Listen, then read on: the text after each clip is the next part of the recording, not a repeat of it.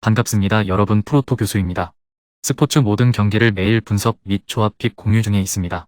영상에 공개되지 않는 정보들도 정보방에 입장하시면 확인하실 수 있으니 참여를 희망하시는 분들은 영상 하단 고정 링크를 통해서 아무 조건 없이 자유롭게 참여가 가능하니 많은 참여 부탁드리겠습니다. 첫 번째 경기는 일본 대 엘살바도르 한번 살펴보겠습니다. 일본은 이번 평가전에서 엘살바도르와 페루 등을 상대한다. 유럽 팀들과 만날 수 없기에 북중미와 남미팀을 평가전 상대로 맞이하게 됐다. 당연히 풀 라인업을 구성했기에 연승을 노린다. 수비진에는 글라드바흐의 이타쿠라와 슈투트의 이토, 알크마르의 스가와라가 나서고 엔도와 이토 주냐, 소시에다드의 쿠보와 셀틱의 후루아시, 마에다, 파타테, 트리오도 모두 소집됐죠. 엘살바도르는 이번 6월 A매치 일정에서 아시아의 양강인 일본과 한국을 연달아 만난다. 북중미에서 최근 꾸준히 성적을 낸 팀인데 골드컵 선전을 위해 풀 전력을 꾸리고 원정에 임한다. 팀의 향후 10년 이상을 책임질 것으로 보이는 브라얀 길과 엘리코 에르난데스의 투톱을 비롯해 도밍게스와 사발레타 등 중앙 수비의 핵심도 모두 차출됐다. 엘살바도르는 오레아나를 중심으로 수비력이 빼어난 중앙 미드필더진이 있다. 그러나 엔도와 쿠보가 중원을 장악하며 경기를 이끌 일본을 넘긴 어렵다.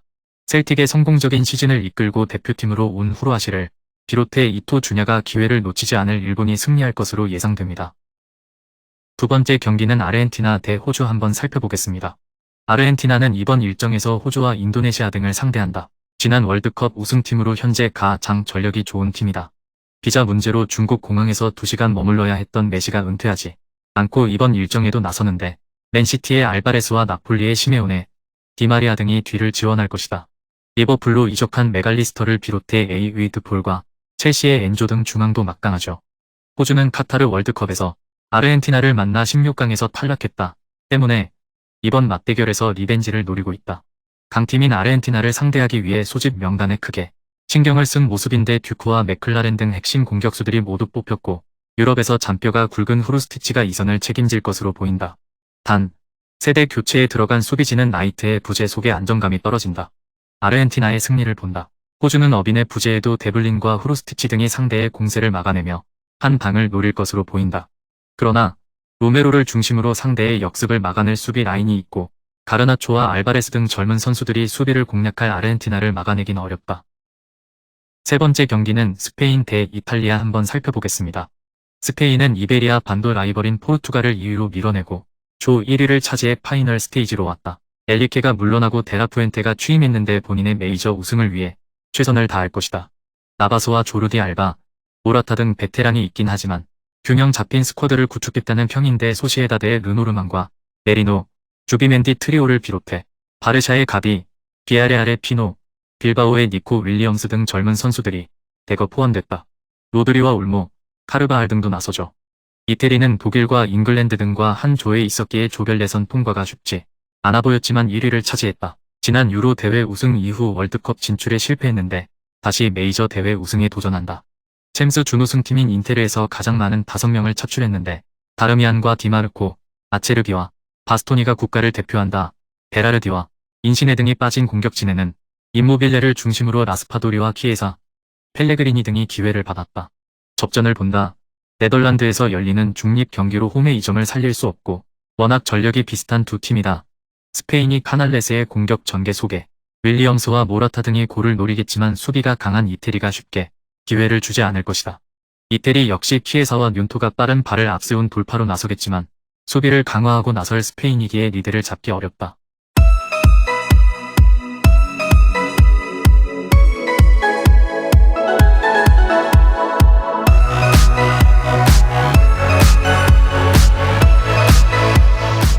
네 번째 경기는 파나마 대 캐나다 한번 살펴보겠습니다.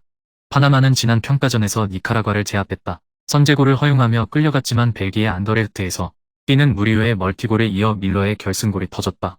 로드리게스와 야니스 등 공격진에서 골이 안 나온 건 아쉽지만 세트피스의 강점을 보였고 무리오와 웰치 등이 경기 내내 상대 측면을 공략했다. 이 경기는 강팀 캐나다를 만나기에 강점인 수비 위주로 경기를 풀며 역습을 노릴 것이다.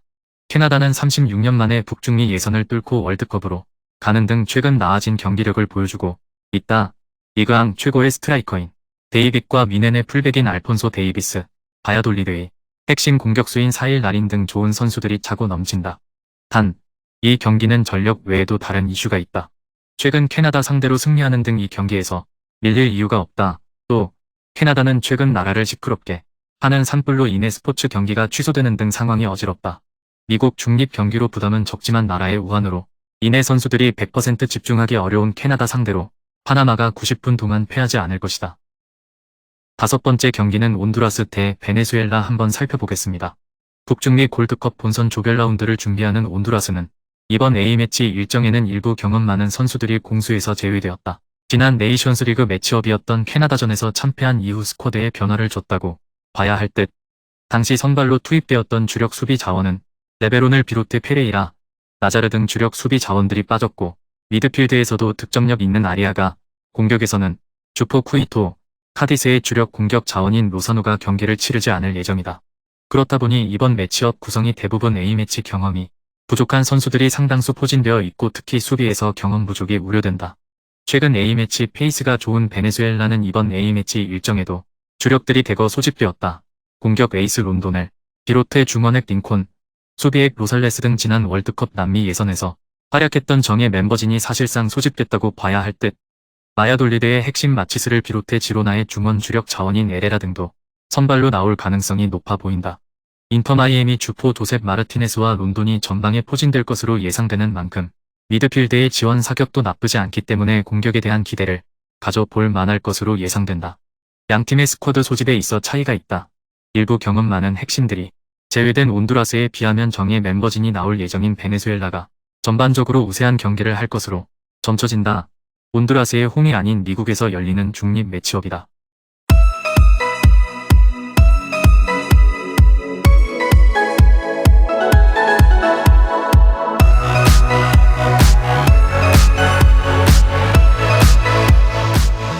여섯 번째 경기는 코스타리카 대 과테말라 한번 살펴보겠습니다. 코스타리카는 카타르 월드컵에서 조별 예선을 통과하진 못했지만 일본을 제압하며 만만치 않은 전력임을 보여줬다. 비록 네이션스리그에서는 예선 통과에 실패했지만 곧 있을 골드컵을 위해 데려올 선수를 모두 데려왔다. 베테랑 중앙 수비 조합인 칼보와 와스톤 외에 몬테로와 테에다 등 수년간 팀을 지탱한 선수들이 정상적으로 이번 일정에 임한다. 과테말라는 멕시코와 트리니다드 토바고를 만나 6월 평가전 연패를 당했다. 핀토와 카스테야노스 등이 버틴 수비 라인은 쉽게 무너지지 않고 경기를 풀어갔는데 최전방에서 해결할 선수가 없었다. 베테랑 공격 자원인 갈린도를 제로톱으로 기용하며 경기에 임했는데 골 결정력이 너무 떨어졌다. 팀컬러가 워낙 지키는 축구를 하다 세트피스에 외한 득점이나 캠벨의 마무리에 의존하는 건 사실이다. 그러나 테에다와 몬테로 등이 나설 중원에서 점유율 우위는 물론 경기를 잘 풀어갈 수 있을 것이다. 제공권 장악이 안 되는 과테말라 상대로 높이의 우위도 있을 코스타리카가 우세해 보입니다. 마지막 7번째 경기는 미국 대 멕시코 한번 살펴보겠습니다. 미국은 네이션스리그 준결승 일정을 홈에서 치르게 됐다. 준결승에서 라이벌인 멕시코를 상대하기에 홈 이점은 큰 힘이다. 네이션스리그 우승과 골드컵 선전을 위해 당연히 풀핏의 멤버 구성을 했는데 눈에 띄는 건 이번 시즌 랭스 소속으로 리그왕에서 20골을 기록한 발로군이 뽑힌 점이다. 플리시치와 티모시 웨아, 에런슨 등 기존 선수들의 큰 힘이 되어줄 스트라이커다. 부상에서 돌아온 도르트문트의 레니아를 비롯해 발렌시아의 무사, 리제의 맥케니 등은 중원을 책임질 것입니다. 멕시코는 과테말라와 카메룬 등을 상대로 워밍업을 마쳤다. 두 경기 연속 멀티골을 기록하며 1승 1무를 기록하고 이제 미국 원정에 나선다. 아라우호와 네에스의 최종 수비가 있고 차베즈와 에레라는 중원을 지킬 수 있다. 히메네스가 버티는 최전방에는 라이네스와 마르틴 등이 힘이 될 것이다. 멕시코는 이번 일정의 베스트 라인업으로 나왔다고 보기 어렵다. 로자노와 베가 등의 부상 이슈가 있기에 데스트와 로빈슨, 조 스켈리 등이 나설 미국 수비진을 넘어서지 못할 것이다. 맥케니와 무사가 중원을 책임지며 경기 분위기를 주도할 수 있고 발로군의 안정적인 마무리가 있을 미국이 우세입니다. 금일 경기들은 이렇게 알아보았습니다. 좀 더 다양하고 많은 정보를 원하시는 분들은 영상 하단 댓글에 링크 클릭 후 문의하시면 아무런 조건 없이 정보방 입장 가능하니 입장하셔서 정보 받아보시길 바라겠습니다. 그리고 영상에서 리뷰하지 않은 디테일한 정보와 조합픽은 매일 교수 정보방에서 공유하고 있으니 꼭 참여해보시길 권장드리며 이번 영상은 여기까지 하겠습니다. 시청해주셔서 감사드리며 늘 여러분들의 건승을 기원합니다. 감사합니다.